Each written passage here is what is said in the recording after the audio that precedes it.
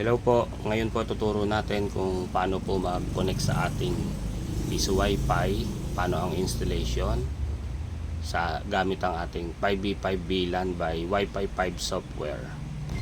So sa una po, matatanggap nyo yung LAN cable namin na 10 meters and then tsaka yung 2 meters para dito sa 5V5. Paano nga ba i-connect?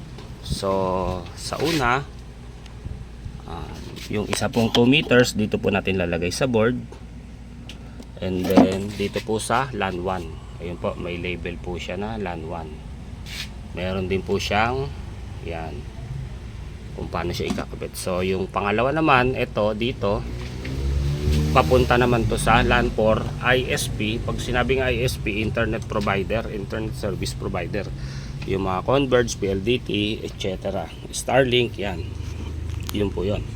And then pag na-connect na po yan, galing po ito sa ISP doon sa ating mga router. So yung power na lang po yun. So and then ayan, pag na-power natin, okay na po yan. Bali magko-connect na lang po tayo sa 10.0.0.1. Yun lang po, ganun lang po kasimple. Maraming salamat po.